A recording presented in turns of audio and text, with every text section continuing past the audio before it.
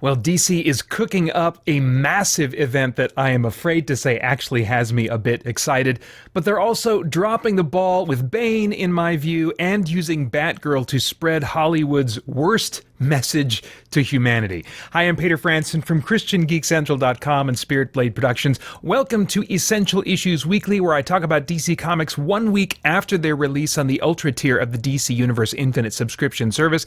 In each installment, I pick an assortment of comics to talk about as a DC fan and also explore what, if anything, they have to say about the essential issues of real life. Now, warning, full spoilers for everything I talk about. This is your first and only warning. Catching up now on 2 weeks worth of comics, starting with August, those released to the Ultra tier on August 20th, and then but originally published on July 23rd. So first of those is Green Lantern 25. Nothing much to say about this except that Adams is still leveraging both the history of the Green Lantern Corps, but also bringing new stuff to the front, like exploring different emotions on the spectrum in some really interesting ways.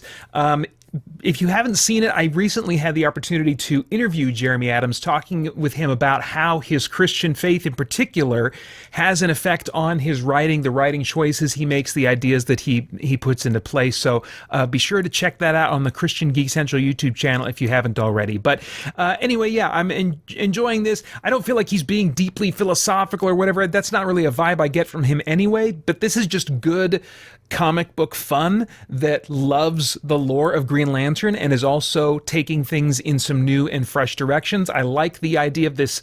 It looks like a Starbreaker Corps is kind of being created, similar to how the Sinestro Corps took one villain and then made like a evil core that came up behind him as a mirror image, an evil mirror image of the Green Lantern Corps. It looks like Starbreaker is doing something similar, except maybe on a bigger scale with more cores representing different parts of the emotional spectrum. I don't know, but it's definitely looking to upset the apple cart in terms of what the norms have been for the emotional spectrum, where things are headed. It ends with what looks like a complete cutoff of emotions. I don't know how widespread that is. Sorrow still very much in the picture, so we're still just, there's a lot going on. We're right in the middle of it, and so I don't have any kind of settled thoughts.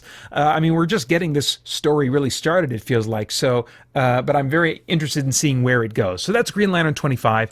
Then we've got Green Arrow 26. This, I think, is the start of a new story. I didn't feel lost. I've been kind of in and out of Green Arrow, but jumping in on this one, it seems to be the start of a new story in which Oliver Queen discovers that his old sidekick, Roy Harper, who has since become an adult hero in his own right, is in the hospital in a coma because of an overdose. Now, very famously in comic book publishing, as Speedy, Green Arrow's teen sidekick, they went in a heavy direction with a hard-hitting story about drugs in which Speedy was found to be addicted to heroin. And so, I think he was addicted. Anyway, but that's always been an interesting part of his past now, but he's long since kicked the habit, so the fact that he would overdose is a big kind of surprise and very uncharacteristic, and Green Arrow is determined to get to the bottom of it. So I like this street level, with a little bit of detective stuff going on, but street level heroics, but also he's very personally invested in the stakes and in what's going on. So I like that kind of story. I will continue reading for now Green Arrow after reading 26. Superman 28. Okay, this is part 1 of a new storyline called Legion of Darkseid. I am always interested in the stuff that's going to involve Darkseid. He's probably my favorite like big crossover type villain in the DC universe, especially when he is written as just unknowably horrifying as possible. That's the kind of Darkseid that I really like. If once he and Superman are getting in a fist fight and he loses his mystique, I'm less interested. But like the all-powerful Darkseid with the Omega Beam effect and all that kind of stuff, really like him written in a very imposing, horrifying way.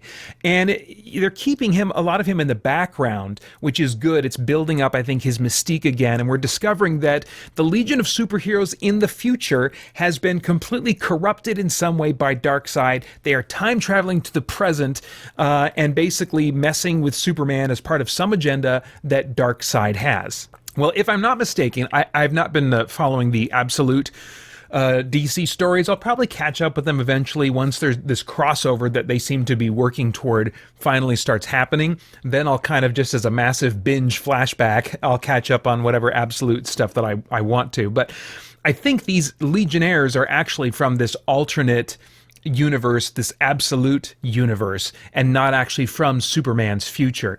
But even so, the stakes for him are a bit personal because these are, he thinks, the friends he had as teenagers that he could really open up with about being Superboy, you know. And so I appreciate the personal stakes. Also, Ma Kent is put in severe danger, put at severe risk in this story. It looked like they were even going to be like threatening to kill her, but then there's a bit of kind of a fake out type thing going on. But there was a really beautiful moment between Clark and his mom, and it just reminded me, I'm so glad that the Kents, a handful of years ago now, were brought back to life. I think the recent Superman movie, whatever your thoughts on it, the brief scenes with Clark and his parents, I really appreciated those. They're such an important set of characters in Superman's supporting cast, and even the brief scene that he has with his mother here was really appreciated by me. But even more than that, I appreciated the reveal at the end that Superboy Prime is back.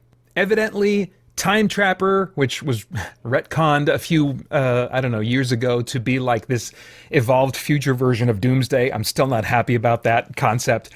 But he set aside Superboy Prime in some kind of a little pocket dimension that he's been living in. And this, I really like Superboy Prime as a villain, and I guess he's kind of been somewhat reformed.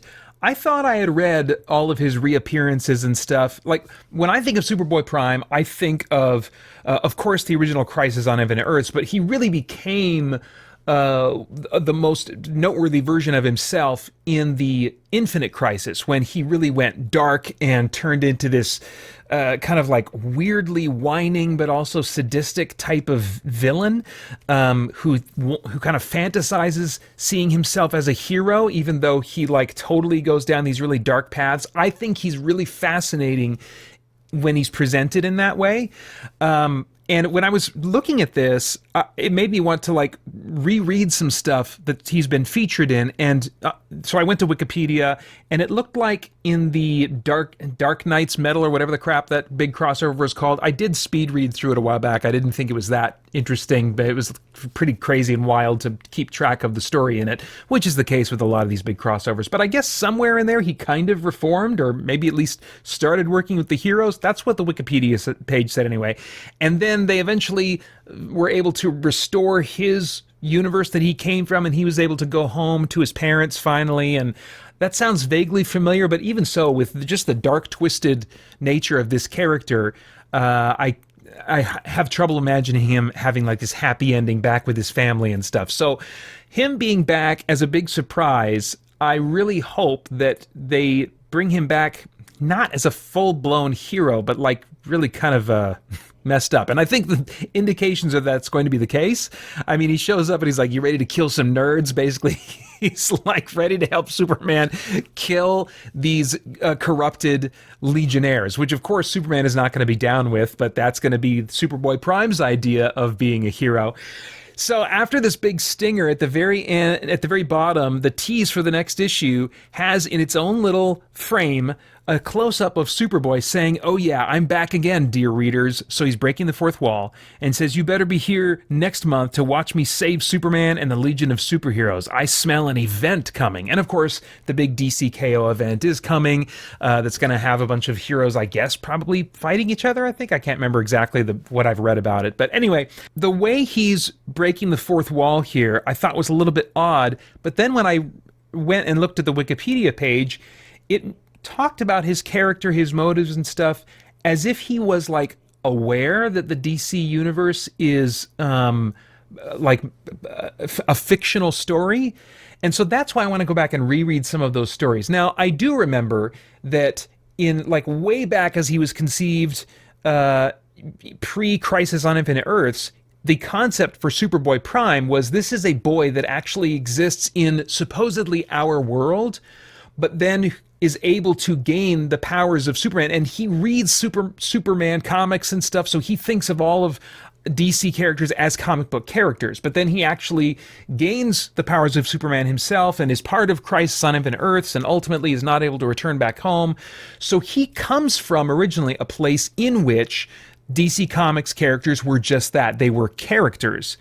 But it's not clear to me, this is why I need to go back and read some of these stories again, if like he's a Deadpool type character now, or if unlike Deadpool, he's not really breaking the fourth wall necessarily, although he is on this page here, but is traveling to a parallel reality where he's not like, that would explain some of his psychosis, even though it wasn't framed that way in Infinite Crisis.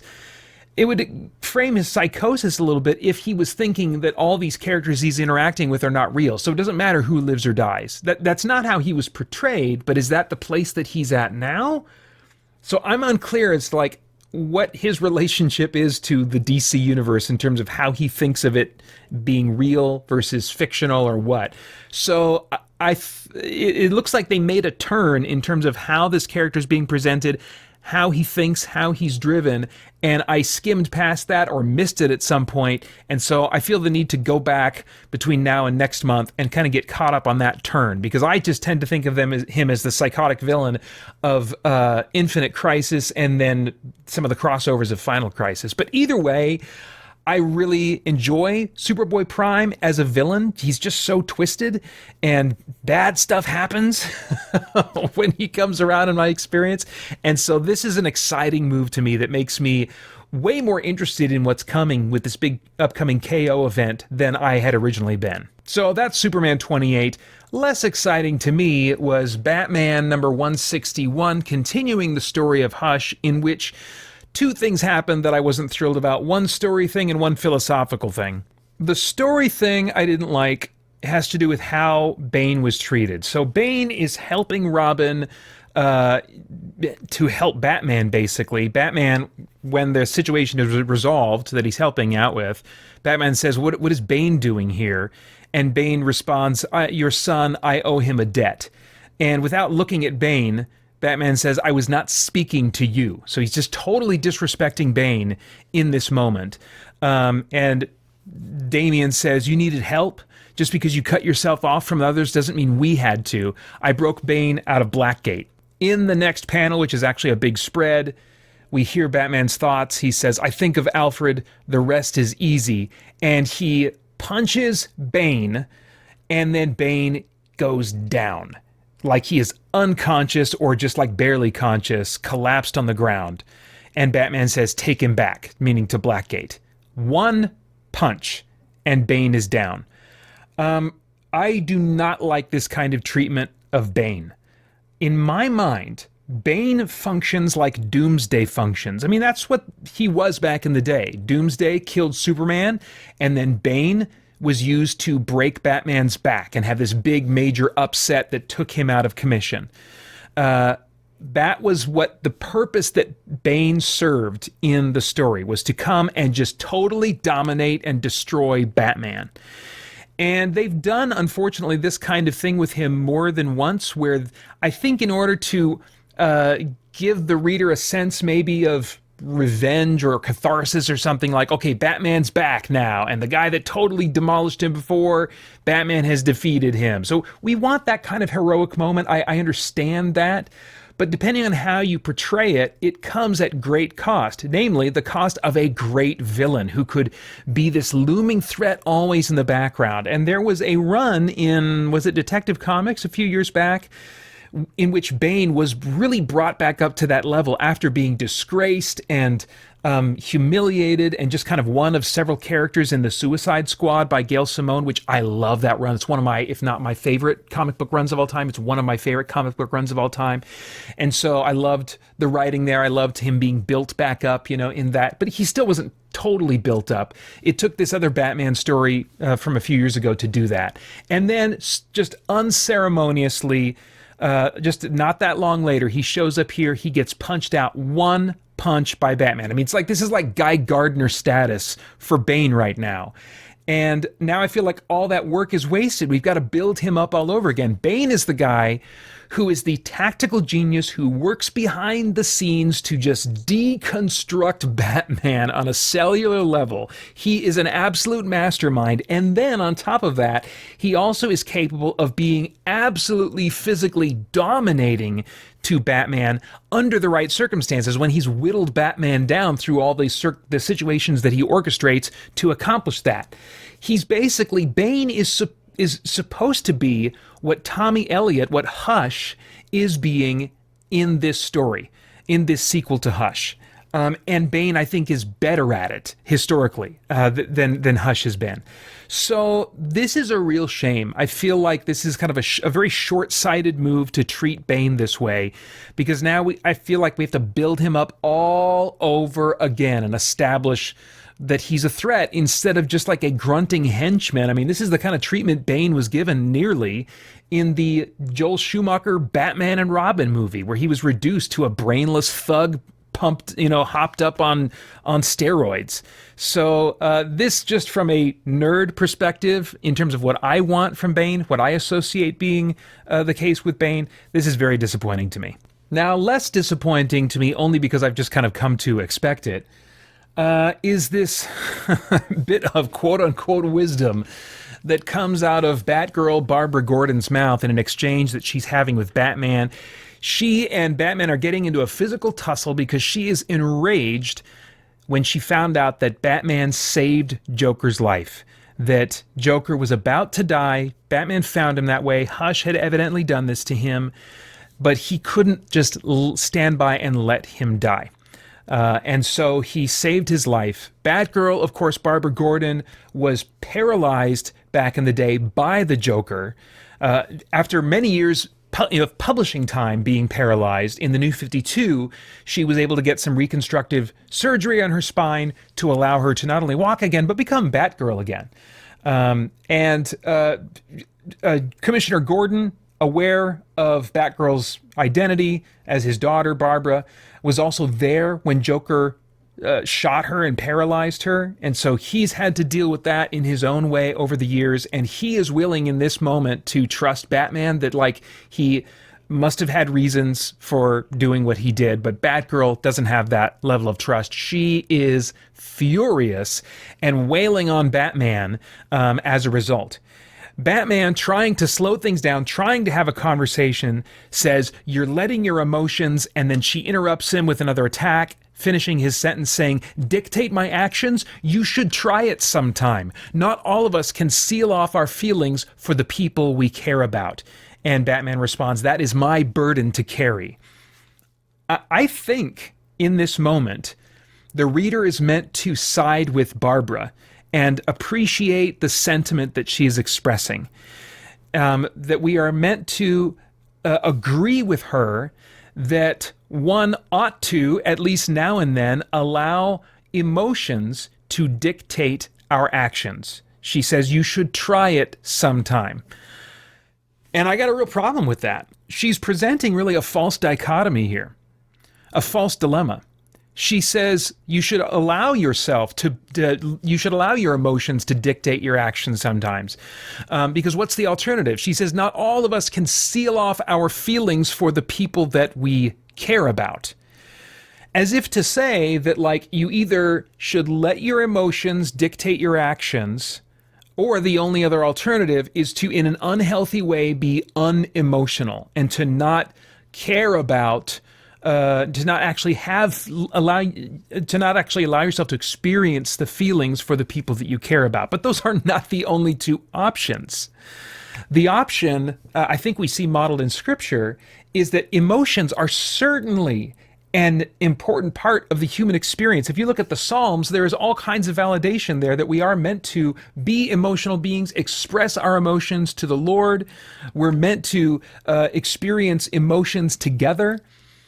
But emotions, I think, are meant to be a response to what is true, not a determiner of what is true or a determiner of what we ought to be doing.